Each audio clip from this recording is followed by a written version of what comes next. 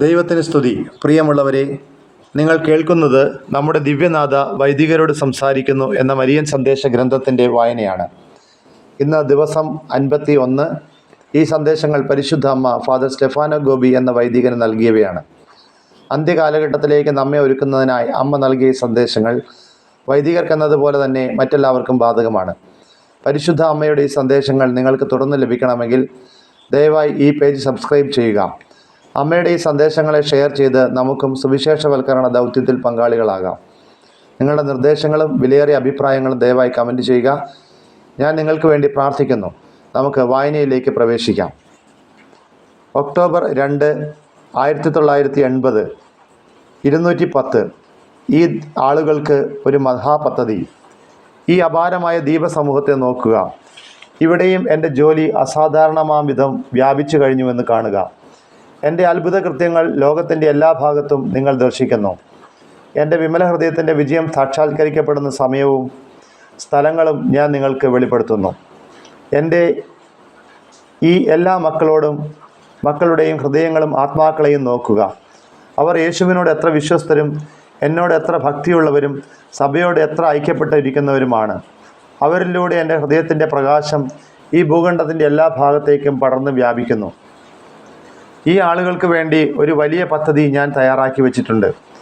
അതിൻ്റെ ലാളിത്യവും അതിൻ്റെ ഭക്തി പ്രചുരമയും അതിൻ്റെ മഹാദാരിദ്ര്യവും വിനയവും ക്ഷമാശീലവും എനിക്കിഷ്ടപ്പെടുന്നു.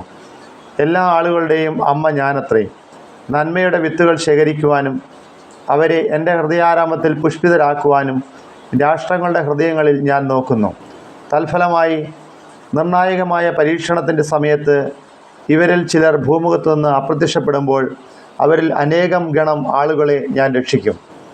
എൻ്റെ ഈ മക്കളെ ആർദ്രതയോടും ആമോദത്തോടും കൂടി ഞാൻ നോക്കുന്നു.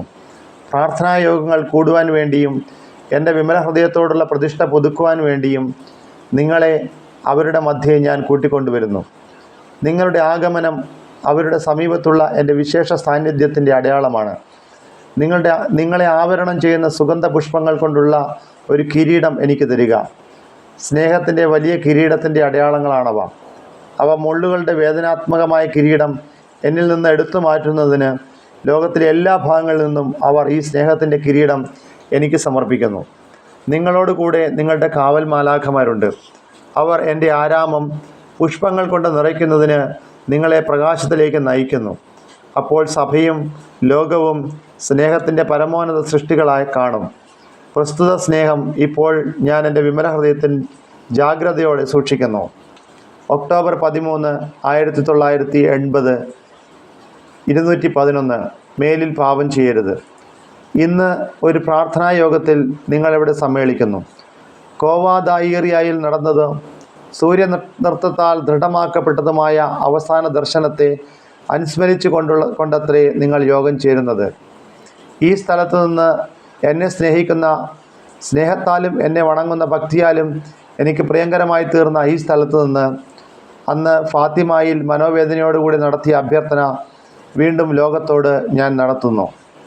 സ്വർഗത്തിൽ നിന്ന് നിങ്ങൾക്ക് നൽകുവാനായി ഞാൻ കൊണ്ടുവന്നിരിക്കുന്ന സന്ദേശം ചുരുങ്ങിയ വാക്കുകളിൽ ഫാത്തിമ സന്ദേശം ഉൾക്കൊള്ളുന്നു. ഇനിമേൽ പാപം ചെയ്യരുത്. ഇത്ര നാളും വലിയ ദ്രോഹത്തിന് വിധേയനായ എൻ്റെ മകൻ യേശുവിനെ ഇനി ദ്രോഹിക്കരുത്. മാനസാന്തര പ്രാർത്ഥനയുടെയും പ്രായശ്ചിത്തത്തിൻ്റെയും വഴിയിലൂടെ ദൈവത്തിലേക്ക് തിരിച്ചു വരിക.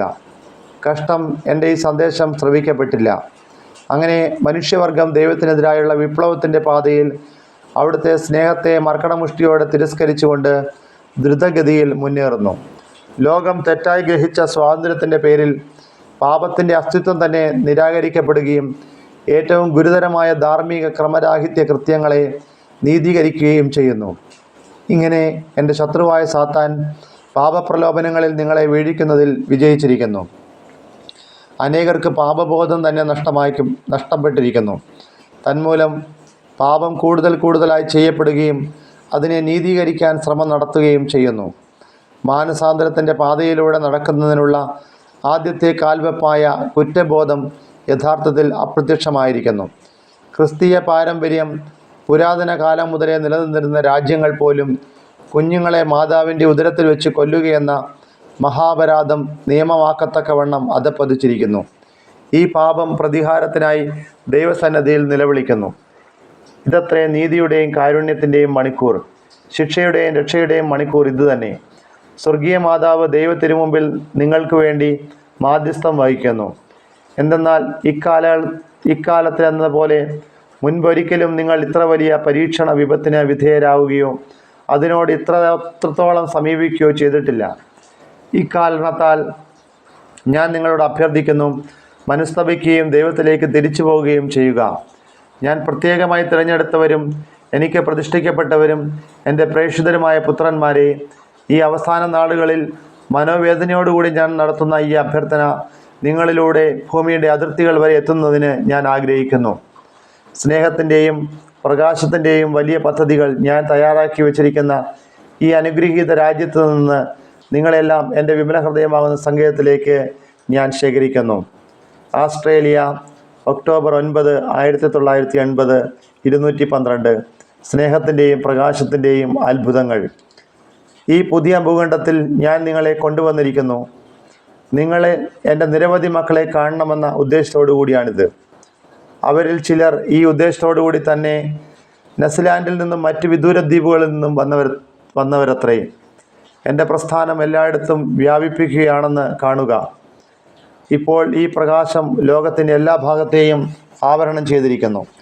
നിങ്ങളുടെ അമ്മയുടെ മധുരക്ഷണം എത്തിയിട്ടില്ലാത്ത ഒരൊറ്റ സ്ഥലം പോലുമില്ല.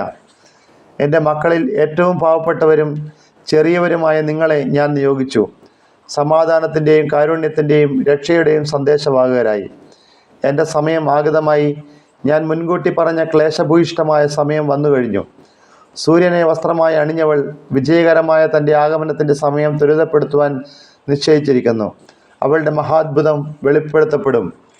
ഇങ്ങനെ എൻ്റെ വിജയം സർവത്ര ആരംഭിച്ചു കഴിഞ്ഞതായി നീ കാണുന്നു. എല്ലാ ഭാഗത്തു നിന്നും ഉവ്വ് എന്ന് എനിക്ക് ഉത്തരം തരുന്ന എൻ്റെ മക്കളുടെ ഹൃദയങ്ങളിൽ എൻ്റെ മാതൃഹൃദയം വിജയിക്കുന്നു. അവരത്ര എൻ്റെ ചെറിയവരും വിനീതരും ദരിദ്രരും അജ്ഞാതരുമായവർ. എൻ്റെ ക്ഷണം സ്വീകരിച്ചവരും യേശുവിൻ്റെ സ്നേഹത്തിനും പൂർണ്ണ മഹിമയ്ക്കും വേണ്ടി സ്വയം അർപ്പിച്ചിട്ടുള്ളവരുമായ എൻ്റെ മക്കളുടെ ഹൃദയങ്ങൾ ഓരോ ദിവസവും എൻ്റെ വിമല ഹൃദയത്തിൻ്റെ വിഭജനത്തിനായി അതിവേഗം സന്നദ്ധമാക്കപ്പെടും. അവരിലൂടെ ക്രിസ്തുവിൻ്റെ മഹത്വപൂർണമായ ഭരണം അതിൻ്റെ എല്ലാ ശക്തിയോടും പ്രകാശത്തോടും വിജയത്തോടും കൂടി അതിശീഘ്രം വരും. ഒക്ടോബർ 27, 1980, 213. ഐക്യത്തിൻ്റെ പാത. എൻ്റെ ശത്രു അവൻ്റെ ആധിപത്യം ഇവിടെ വ്യാപിപ്പിക്കുന്നതിൽ എങ്ങനെ വിജയിച്ചിരിക്കുന്നുവെന്ന് നോക്കുക. ദൈവത്തെ കൂടാതെ ജീവിക്കുന്നതിന് എൻ്റെ മക്കളിൽ അനേകരെ അവൻ പ്രേരിപ്പിച്ചു. നിരീശ്വരത്വത്തിൻ്റെയും ഒരു പുതിയ തരം അവിശ്വാസ ജീവിതത്തിൻ്റെയും വിഷം കൊണ്ട് അവരെ അവൻ പാപത്തിൽ വീഴ്ത്തി. മുൻപൊരിക്കലും കണ്ടിട്ടില്ലാത്ത വിധം ഈ സമയത്തും ഈ സ്ഥലങ്ങളിലും ഏകശരീരമായി ക്രിസ്തു സ്ഥാപിച്ച സഭ ഐക്യത്തിൻ്റെ സർവ്വശക്തികളും തന്നിൽ ആവിഷ്കരിക്കണം. അങ്ങനെ വഴിതെറ്റി സഞ്ചരിക്കുന്ന എല്ലാവർക്കും സുവിശേഷത്തിൻ്റെ പ്രകാശം ലഭിക്കണം. ഐക്യത്തിൻ്റെ പാത ഞാനാകുന്നു. അമ്മയുടെ കർത്തവ്യമാകുന്ന പരസ്പര സ്നേഹത്തിലേക്കും ഐക്യത്തിലേക്കും ബഹുമാന ആദരവിലേക്കും മക്കളെ നയിക്കേണ്ടതും അതുപോലെ ജ്ഞാനസ്നാനം വഴി എൻ്റെ പുത്രൻ യേശുവിൻ്റെ ജീവനിലേക്ക് ഏകീഭവിച്ചിരിക്കുന്നവരെ പൂർണ്ണ ഐക്യത്തിലേക്ക് കൊണ്ടുവരേണ്ടതും അമ്മയുടെ ധർമ്മമത്രേ. നിങ്ങളുടെ സ്വർഗീയ മാതാവിൻ്റെ സ്ഥാനത്തെ തരം താഴ്ത്തി കാണിക്കുന്നതിന് ചിലർ ശ്രമിച്ചിട്ടുണ്ട്. ക്രൈസ്തവരുടെ ഐക്യം കൂടുതൽ എളുപ്പമാക്കുന്നതിന് വേണ്ടി എന്ന വ്യാജേനയാണ് അവർ ഇപ്രകാരം ചെയ്യുന്നത്. എന്നാൽ ഇത് പുതിയതും ഗൗരവതരവുമായ പ്രതിബന്ധങ്ങൾ സൃഷ്ടിച്ചു. വാസ്തവം പറഞ്ഞാൽ അനൈക്യമത്യം കത്തോലിക്ക സഭയുടെ അന്തരാളങ്ങളിൽ പ്രവേശിച്ചിട്ടുണ്ട്. ക്രൈസ്തവരുടെ യഥാർത്ഥമായ പുനരൈക്യം സത്യത്തിൻ്റെ പരിപൂർണതയിലൂടെ അല്ലാതെ സാധ്യമല്ല. സത്യം കത്തോലിക്ക സഭയിൽ മാത്രം സംരക്ഷിക്കപ്പെടുന്നുള്ളൂ. അത് അവൾ കാത്തുസൂക്ഷിക്കുകയും അപകടങ്ങളിൽ നിന്ന് അവനെ സംരക്ഷിക്കുകയും ഭയമന്യേ എല്ലാവരോടും ഉദ്ഘോഷിക്കുകയും ചെയ്യണം. യേശു സ്ഥാപിച്ച ഏക സത്യസഭയിലേക്ക് എൻ്റെ മക്കളിൽ അനേകരെ കൊണ്ടുവരുന്നത് സത്യത്തിൻ്റെ പ്രകാശം മാത്രമാണ്. ക്രൈസ്തവരുടെ യഥാർത്ഥമായ പുനരൈക്യം സ്നേഹത്തിൻ്റെ തികവിൽ മാത്രമേ സാക്ഷാത്കരിക്കപ്പെടുകയുള്ളൂ. പരസ്പരം സ്നേഹിക്കാനും മനസ്സിലാക്കാനും സഹാനുഭൂതി പ്രദർശിപ്പിക്കാനും അന്യോന്യം അറിഞ്ഞ് ബഹുമാനിക്കുവാനും നിങ്ങളെ സഹായിക്കാൻ നിങ്ങളുടെ സ്വർഗീയ മാതാവിനേക്കാൾ ആർക്കാണ് കഴിയുക? ഇക്കാരണത്താൽ ദൈവിക ചിത്തം നിറവേറ്റുന്നതിന് വേണ്ടി ആന്തരികമായ മനസ്താപത്തിലും ശുദ്ധീകരണത്തിന് വേണ്ടി പരിശ്രമിക്കാതെ യഥാർത്ഥമായ ക്രൈസ്തവ പുനരൈക്യം കൈവരികയില്ല. നിങ്ങളെല്ലാവരും ഒന്നായിരിക്കണം. ഇതാണ് നിങ്ങൾക്ക് വേണ്ടിയുള്ള ദൈവഹിതം. ഈ വിഷമമേറിയ പാതയിലൂടെ യാത്ര ചെയ്യുന്നതിന് നിങ്ങളെ സഹായിക്കാൻ എന്നേക്കാൾ കൂടുതലായി ആർക്ക് കഴിയും? നിങ്ങൾക്ക് ഐക്യത്തിൻ്റെ പാത ഞാനാകുന്നു. സഭ മുഴുവനും എന്നെ മാതാവായി സ്വീകരിക്കുമ്പോൾ ഒരമ്മ എന്ന നിലയിൽ എൻ്റെ മക്കളെ ഒരു ഏക കുടുംബത്തിൻ്റെ ഊഷ്മളതയിൽ പുനരൈക്യപ്പെടുത്തുവാൻ എനിക്ക് കഴിയും. തന്മൂലം കത്തോലിക്ക സഭയിലേക്കുള്ള എല്ലാ ക്രൈസ്തവരുടെയും പുനരൈക്യം ലോകത്തിലുള്ള എൻ്റെ വിമല ഹൃദയത്തിൻ്റെ വിജയത്തോടുകൂടി കൈവരുന്നു. പുനരുദ്ധരിക്കപ്പെട്ട ഈ സഭ ഒരു പുതിയ പന്തക്കോസ്തായുടെ പ്രഭാവത്തിൽ ഭൂമിയിലെ എല്ലാ മനുഷ്യരെയും നവീകരിക്കുവാൻ പ്രാപ്തമാകും. ലോകം പിശാച് പിതാവ് അയച്ചവനെ വിശ്വസിക്കുകയും സ്നേഹസ്വരൂപനായ പരിശുദ്ധാത്മാവിൽ മുഴുവനായി നവീകരിക്കപ്പെടുകയും ചെയ്യും. 52-ാം ദിവസത്തെ ഈ വായന അവസാനിക്കുമ്പോൾ പരിശുദ്ധ അമ്മ വഴി ദൈവത്തിന് നന്ദി പറയുന്നു.